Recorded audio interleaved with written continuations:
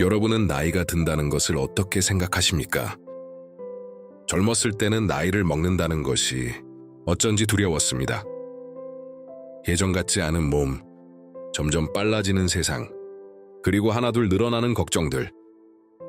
그래서 많은 사람들은 나이가 드는 것을 잃어가는 과정이라고 생각합니다. 그런데 저는 어느 순간 이런 생각이 들었습니다. 나이가 든다는 것은 잃어가는 과정이 아니라 무엇이 진짜 중요한지 알아가는 과정이 아닐까? 젊을 때는 많은 것을 얻기 위해 살아갑니다. 더 좋은 직장, 더 많은 돈, 더 높은 자리, 더 많은 인정. 그렇게 앞만 보고 달립니다. 하지만 나이가 들수록 알게 됩니다. 인생은 얻는 것보다 내려놓는 것이 더 중요할 때가 있다는 것을.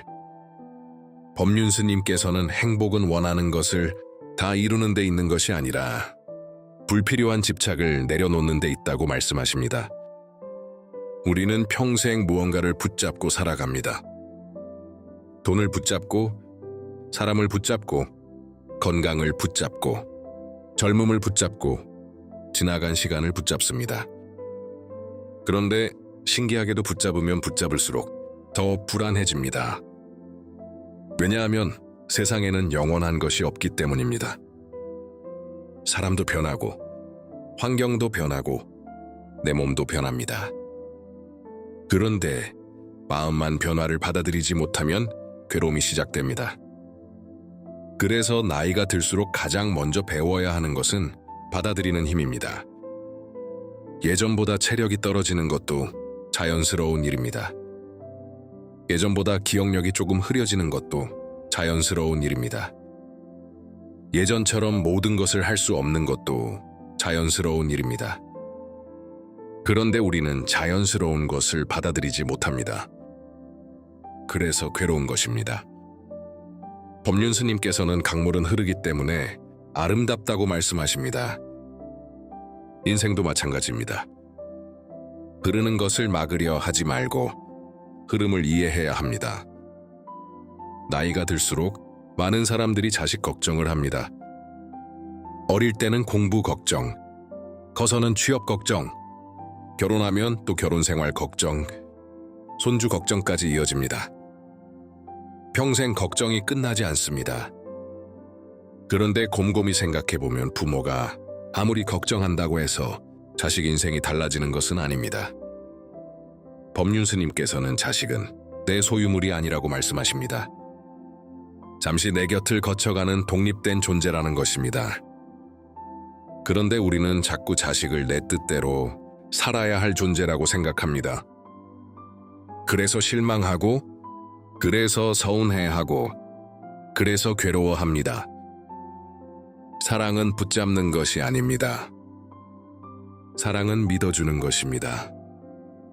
실수해도 믿어주고, 넘어져도 믿어주고, 자기 삶을 살아갈 수 있도록 기다려주는 것입니다. 나이가 들수록 자식을 놓아주는 연습이 필요합니다. 그래야 자식도 편안하고 부모도 편안합니다. 또 하나 나이가 들수록 버려야 할 것이 있습니다. 바로 비교하는 습관입니다. 친구 자식은 성공했는데 우리 자식은 왜 이럴까? 저 사람은 노후 준비를 잘했는데 나는 왜 부족할까? 누구는 건강한데 나는 왜 여기저기 아플까? 비교는 끝이 없습니다. 법륜스님께서는 비교는 행복을 훔쳐가는 도둑과 같다고 말씀하십니다. 왜냐하면 비교를 하는 순간 내가 가진 것은 보이지 않고 부족한 것만 보이기 때문입니다. 사실 우리는 이미 많은 것을 가지고 있습니다. 오늘도 눈을 뜰 수 있고, 밥을 먹을 수 있고, 누군가와 이야기할 수 있습니다. 그런데 비교를 시작하면 이런 것들이 보이지 않습니다. 그래서 나이가 들수록 비교보다 감사가 많아져야 합니다.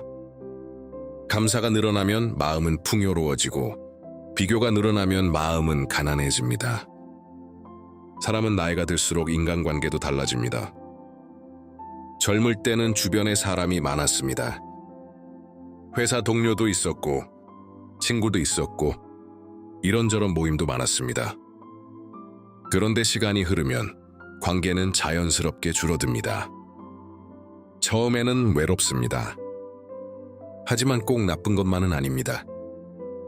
법륜스님께서는 나이가 들수록 인간관계는 넓어지는 것보다 깊어지는 것이 중요하다고 말씀하십니다.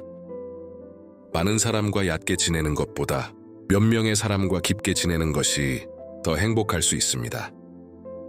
그리고 무엇보다 중요한 것은 편안한 사람입니다.